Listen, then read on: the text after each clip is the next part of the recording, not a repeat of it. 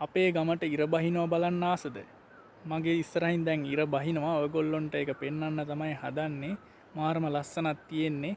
ඈතින් ඉර බැහැගෙන යනවා. ඊයේ හවස නම් වැස්සා හොඳටම. අද නම් වැස්ස නෑ.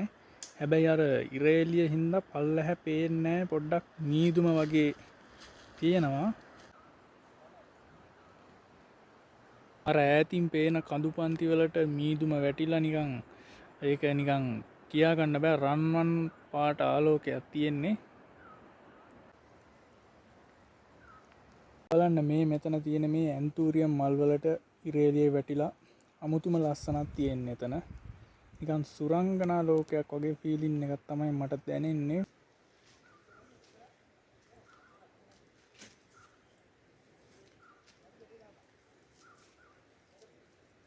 තව ටිකක් හවස් වුණා. මම දැන් පුටුවේ වාඩි වෙලා බලාගෙන ඉන්නේ මේ ලස්සන දර්ශනය දිහා.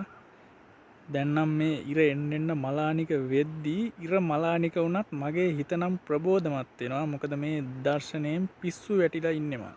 බලන්නකො මේ ගඟවැරල්ල වැටිය දිහා. ඒකත් මාරම ලස්සනයි. මට නම් නිකන් දැනෙන්නේ මං නිකන් දිව්‍ය ලෝකෙක ඉන්නවා වගේ.